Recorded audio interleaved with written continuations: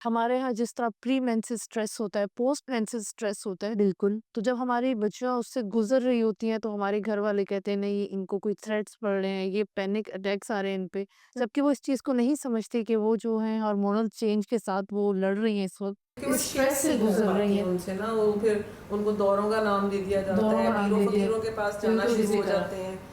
तो वो इस चीज़ को फ़ील ही नहीं करते इस सारी चीज़ों को। नहीं, फ़ील करना तो नहीं चाहते।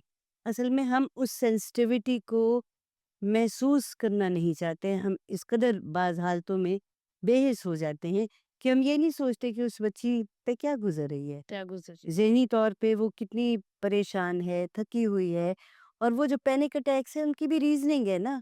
एक नई चीज़ हुई है हार्मोनल उसकी इम्बैलेंस। ज़िंदगी में, उसको नहीं समझ आती, वो chaos में है कि मैं क्या करूँ, क्या ना करूँ।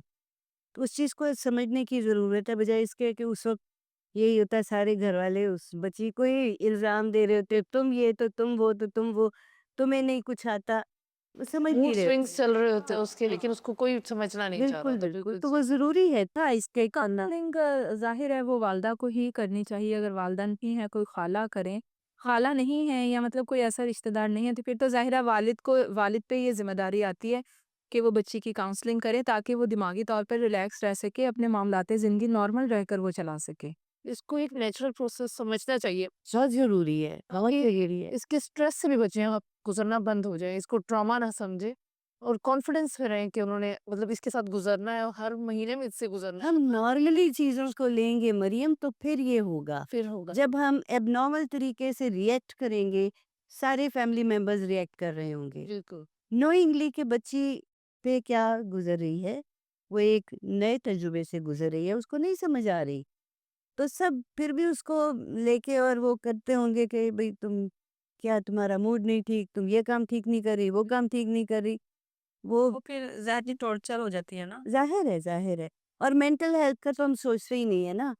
हम लोग उस बारे में सोचना ही नहीं चाहते कि किसकी ज़िंदगी में क्या-क्या गुज़र रहा है और हम हेल्प आउट कैसे कर सकते हैं। हम जब तक हम कोशिश भी नहीं डिस्कस नहीं करते, करेंगे उनसे। कोशिश भी नहीं करते ना। इस प्रोग्राम से यही मैसेज हम कन्वे करना चाह रहे हैं कि ये एजुकेशन भी बहुत ज़रूरी है। हाइजीन के अलावा ये एजुकेशन भी देनी चाहिए बच्चियों को। इसको नेचुरल प्रोसेस समझना है। हाँ, बिल्कुल। औरत की जो मेंटल हेल्थ होती है वो बहुत डिस्टर्ब होती है। हमारे घर वाले भी इस चीज़ को नहीं समझ रहे होते, मूड स्विंग्स को नहीं समझ रहे होते, गुस्सा आ रहा होता है, स्ट्रेस होता है आप पे, तो ये वो समझना नहीं चाहते। आप क्या कहती हैं इस बारे में? नहीं, वो समझना इसलिए नहीं चाहते कि उसमें उन्हें खुद कुछ करना पड़ता है। हाँ, खुद कुछ करना पड़ता है। सही कह ठीक है, अपने आप को ठीक करना पड़ता है। सही बात। तो हर बंदा कहता है नहीं मैं तो बिल्कुल ठीक हूँ, दूसरा गलत है वो अपने आप को ठीक करे।